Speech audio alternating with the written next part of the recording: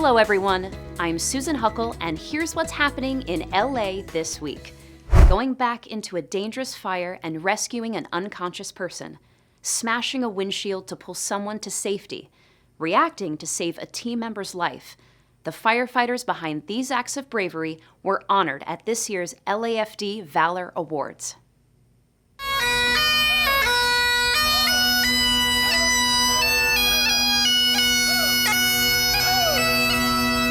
Thank you for joining us for the 2024 Valor Awards.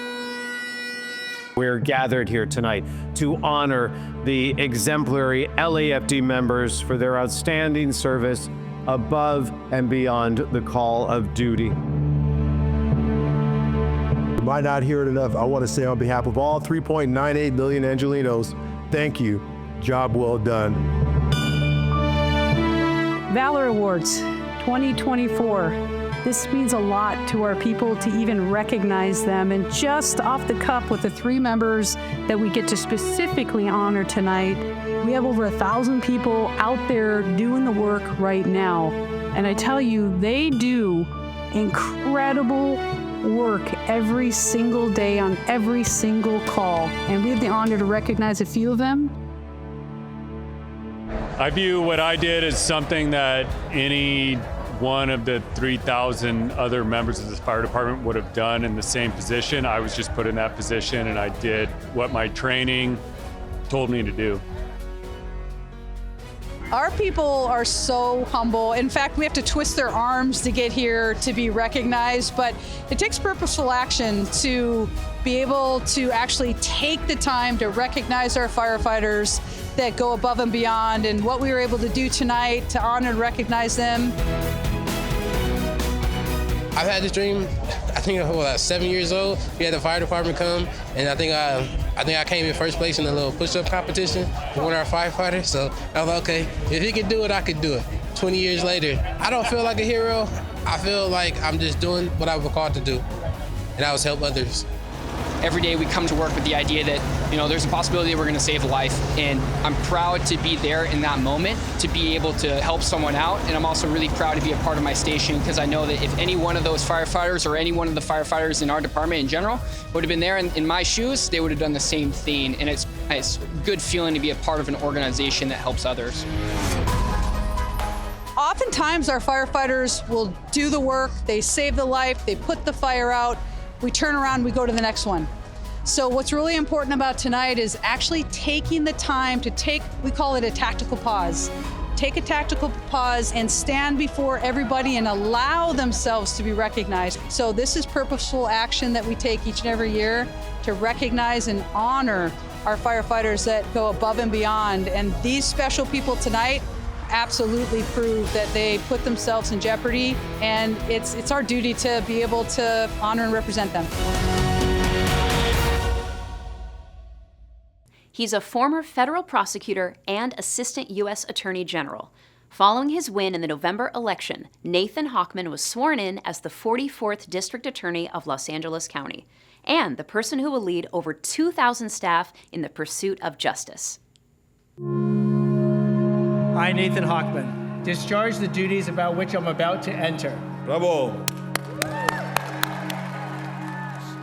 I am deeply honored for the opportunity of a lifetime that has been given to me to lead the finest district attorney's office in the nation, the Los Angeles County District Attorney's Office. Government's #1 responsibility is to protect its citizens. Let's never forget that. We begin to get our house of safety in order starting today. Task forces will be formed dealing with homelessness, fentanyl poisoning, human trafficking, hate crimes, organized retail crime, and residential burglaries. It's an incredible day and a great day for public safety in Los Angeles. I expect an awesome relationship.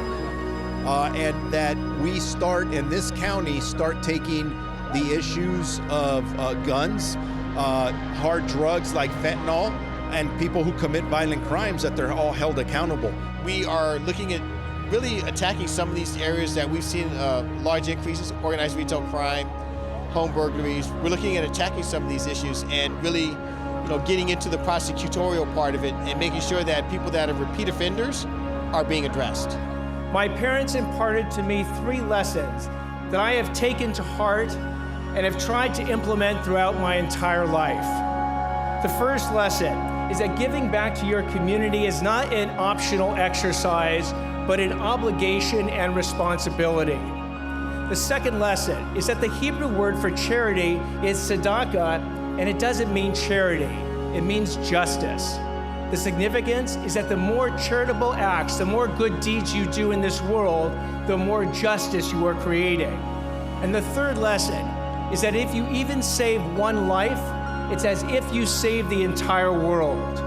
Meaning that no matter how big the problem is to solve, you have to start small. One idea, one person, one step forward, because you never know which spark will set off the entire fire.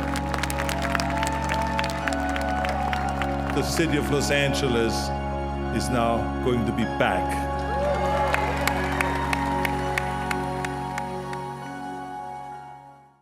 And we're back. A familiar face to Los Angeles residents, Janice Hahn has held many public service roles. Her current position as LA County Supervisor for the 4th District was reconfirmed by the electorate in November for the 3rd time.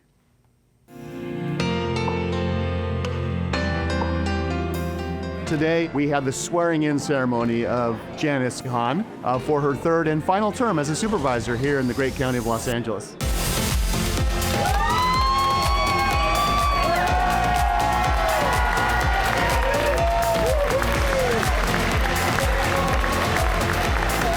For the last 8 years in this role, our supervisor has been a champion of solutions and a champion of her constituents. With a commitment to confronting the homelessness crisis, improving our transit system, strengthening our mental health care system, just to name a few. So I know over these next 4 years, your leadership will continue to shine. Every day you show your constituents and our region what it means to be a truly dedicated public servant. It hasn't always been easy, Janice. You've had to take on a lot of tough fights and a lot of big, important interests who wanted to squash what you were trying to do, but you never give up. You persevere, you get things done. When I pick up the phone and ask for advice or ask for help, or she calls me on occasion, it's always great to work with Janice Hahn because I know if we're working together, we're working on the right thing. About to enter. Congratulations. You know, this all started with our grandfather, John Hahn, who was elected mayor of Kindersley, Saskatchewan in 1917. Clearly, public service is in our DNA. Our father announced his run for county supervisor just a few days before I was born. We witnessed from a very early age the power a Los Angeles County Supervisor has to improve people's lives. The power to make people's lives better, that power rests with local government. I'm grateful to the voters of the 4th District who put their trust in me and have elected me one more time. There's a beautiful ceremony, and I congratulate her and her family for this great legacy of service. I know all of you say you love my sister, but nobody loves you more than I do. Congratulations on your next term in office.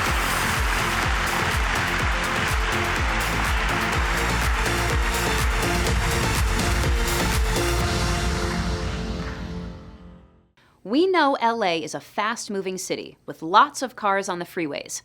Where do you go to get the wheels, the tech, and the specs? We took the road to the LA Auto Show to take a closer look at the latest in cars and the motor industry. We are at the biggest event that happens at the LA Convention Center all year. It's the LA Auto Show.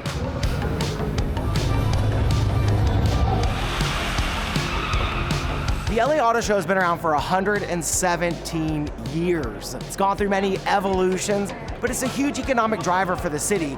This is one of those multi-generational events, and also for many people, it's a tradition. Some of us are looking for new cars. The Nina, the sister-in-law, it's my son and husband have come in the past years as just the two of us. But this time we all kind of came just as a family to do something.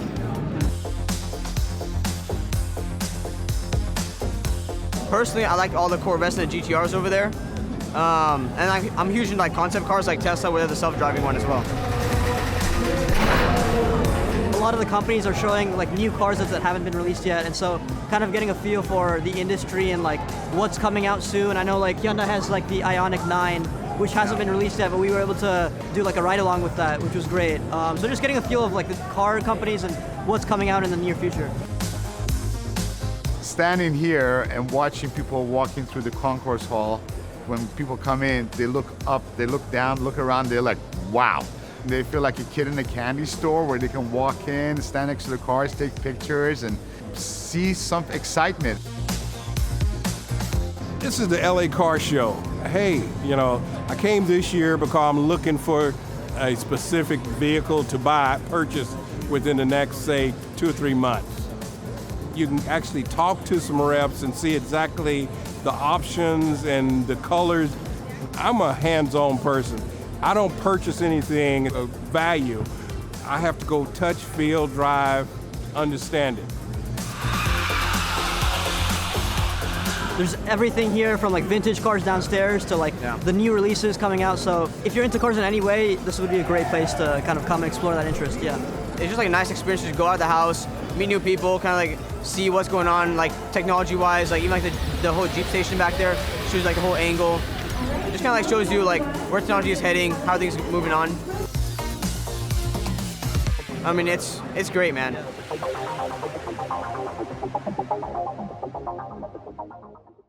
The LA DWP hosts a Customer Support Saturday.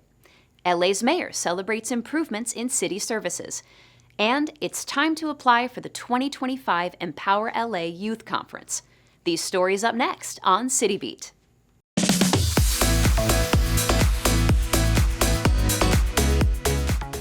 The Los Angeles Department of Water and Power invites Angelinos to attend Customer Support Saturday, an event offering help in signing up for utility financial assistance. In-person help with enrollment for payment plan programs and financial assistance will be available at customer service centers in Crenshaw, North Hills, and Watts. One-on-one consultations will provide customers with ways to save water, power, and money, and same-day enrollment in discount programs will be available. No RSVP is needed, and bilingual representatives will be available at Customer Support Day on Saturday, December 21st from 9 a.m. until 2 p.m. For more information, visit ladwp.com. At an event to celebrate 2 years in office, Mayor Karen Bass highlighted achievements in delivering city services to Angelinos ahead of upcoming world events. Speaking in Koreatown, Mayor Bass said that in 2024, the city of Los Angeles had handled thousands more 311 requests than in 2023, including bulky item pickups and graffiti removal. The City of LA has also established a new partnership with Caltrans to keep areas near freeways clean and safe, with the state reimbursing the city for cleanup costs. As the city prepares for the World Cup and the 2028 Olympic and Paralympic Games, Mayor Bass is highlighting improvements in homelessness and housing, business development, and a greener LA. For more information, visit mayor.lacity.gov/press. Empower LA, the city department that oversees LA's neighborhood councils, invites applications from young people for its 2025 Empower LA Youth Conference. Empower LA will select 100 young people aged 14 to 17 from across Los Angeles to take part in its one-day conference in February 2025. Young Angelinos who wish to apply should be stakeholders in the city of LA through living, working, attending school, or volunteering in Los Angeles. Participants will learn more about grassroots local democracy, how to be civically engaged in the community, and will network with current and future city leaders. Applications for the 2025 Empower LA Youth Conference are due by Friday, December 20th. For more information, visit empowerla.org/civicyouth.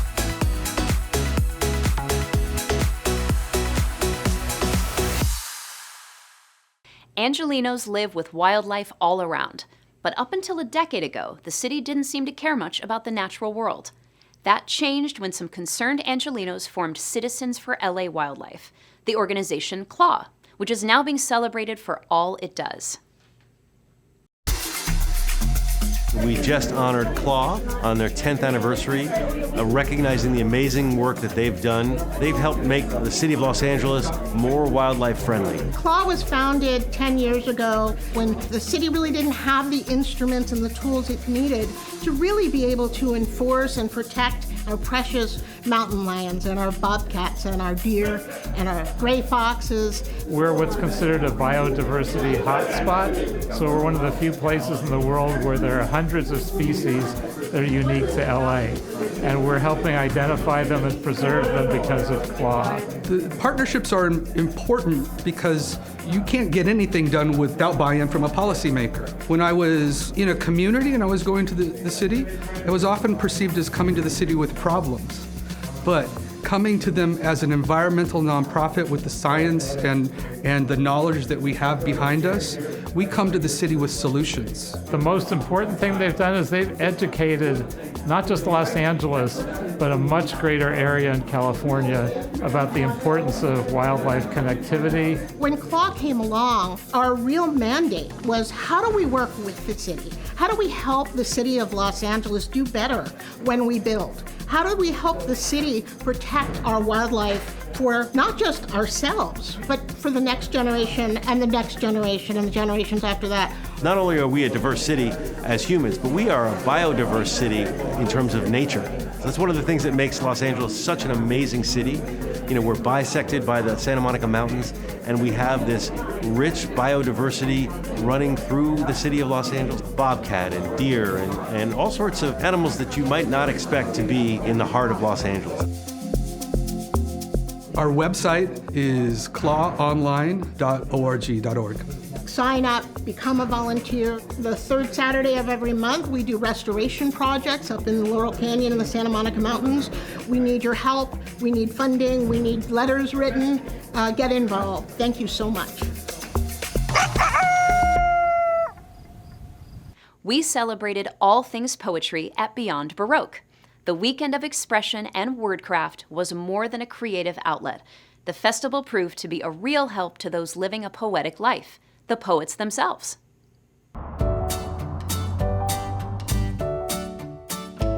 Well, good morning, y'all. Welcome to this poetry workshop. Big thanks to the DCA who is allowing us to celebrate poetry at the 6th Annual Southern California Poetry Festival. We're celebrating all things poetry this weekend.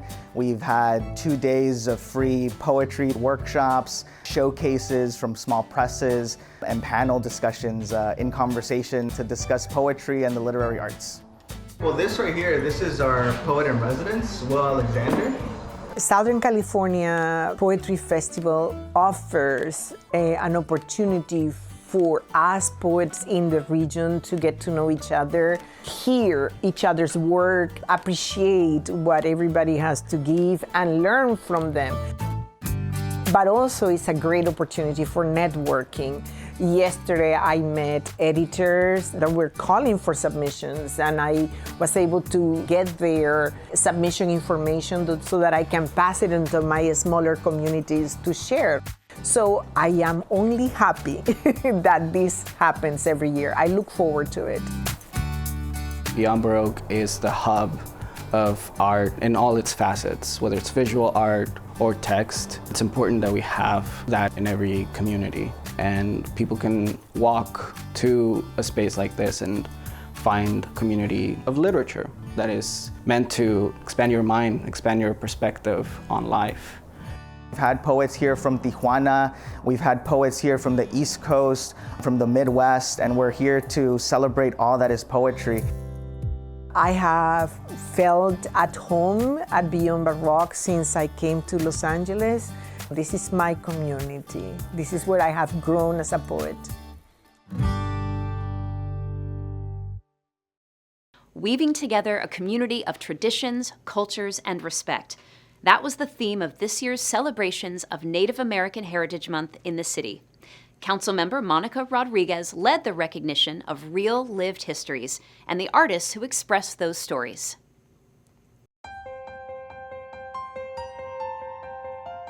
Today, we're officially commencing the celebration of Native American Heritage Month here in the city of Los Angeles.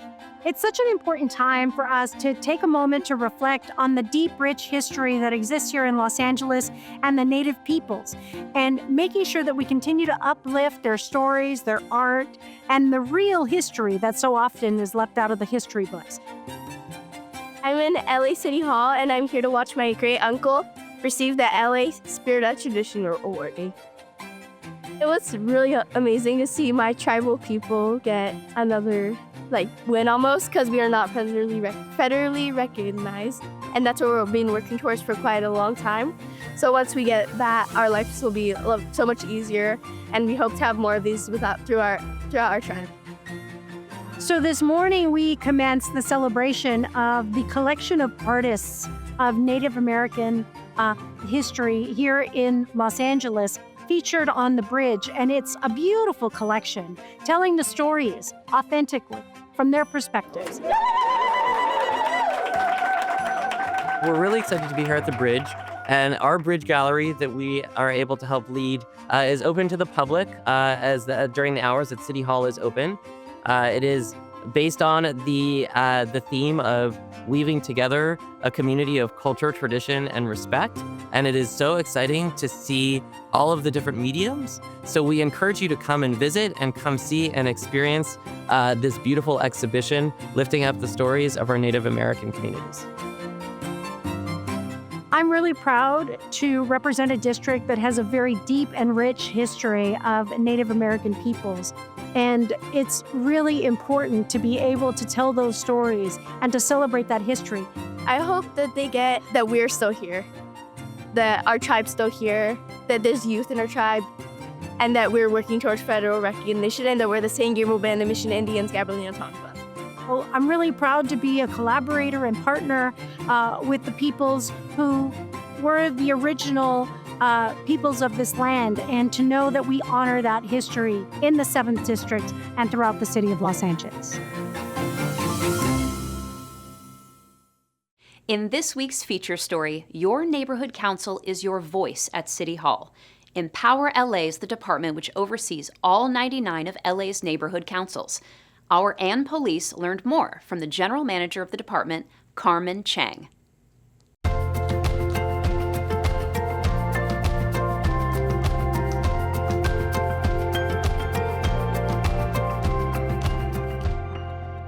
So tell us a little bit about Empower LA. What do you guys do over there?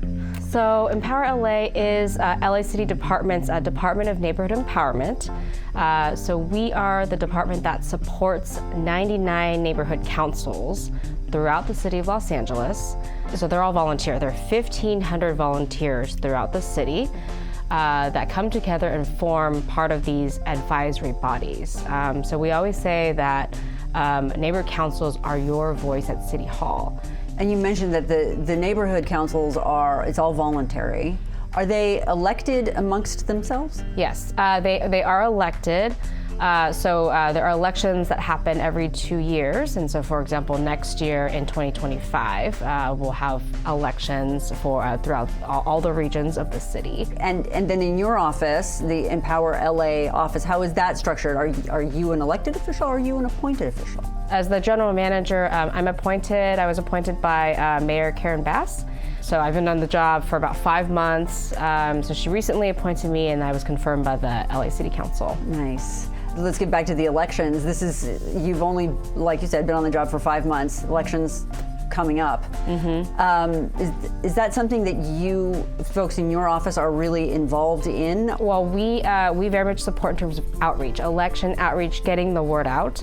Our department works really closely with the Office of the City Clerks. So the whole process of, how to run as a candidate, what is candidate filing, and Empower LA, we are working on, making sure that every Angelino is aware. Hey, elections are coming up. Do you want to make a difference in your neighborhood to serve your communities and serve the city of Los Angeles? There's a place for you to take part.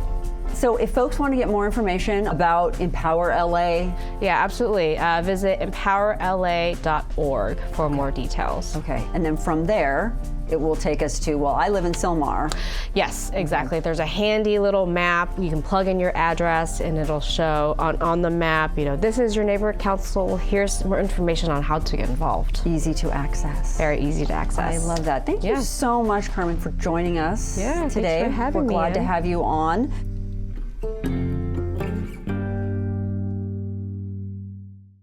In this week's Things to Do, celebrate the diversity of LA at Holidays in Harmony. Make your own doll at the Black Doll Show. And for the kids, it's a sing-along robot puppet show. All this up next on Things to Do.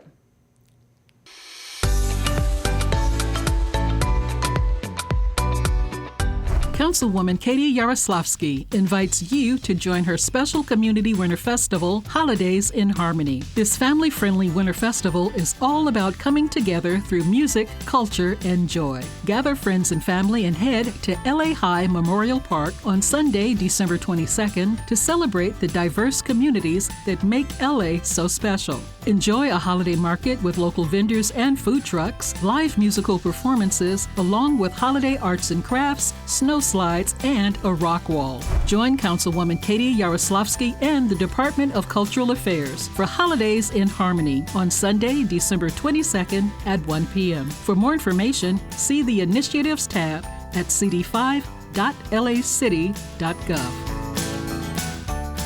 Alongside its annual Black Doll Show, the William Grant Still Art Center is hosting a special doll-making workshop on Saturday, December 21st. The workshop promises to be a magical afternoon of creativity and community. Curator of the Black Doll Show and renowned doll artist Aisha Sinclair will guide participants in a hands-on doll-making workshop celebrating the beauty and artistry of Black dolls. The workshop takes place surrounded by the inspiring Black Doll Show, now in its 44th year and on display until February 15th, 2025. Enjoy the Black Doll Show and doll-making workshop on Saturday, December 21st at 2 p.m. For more information, visit the William Grant Still Art Center website at wgsac.wordpress.com. Join the Los Angeles Public Library at the Central Library for an adventure filled with robot nursery rhymes. Snook Nook and the Robot Puppet Show is a music and performance event suitable for children from 3 to 8 years of age. The show will feature stories, dance, fun, games, and prizes. Join host Cherry Moon, the Grammy-nominated children's music artist, and meet her sidekick Ebot, the singing robot puppet. Head to the Mark Taper Auditorium to enjoy the kids' fun of Snook Nook and the Robot Puppet Show on Saturday, December 21st at 2 p.m. For more information, visit lapl.org/events. And that's a look at some things to do.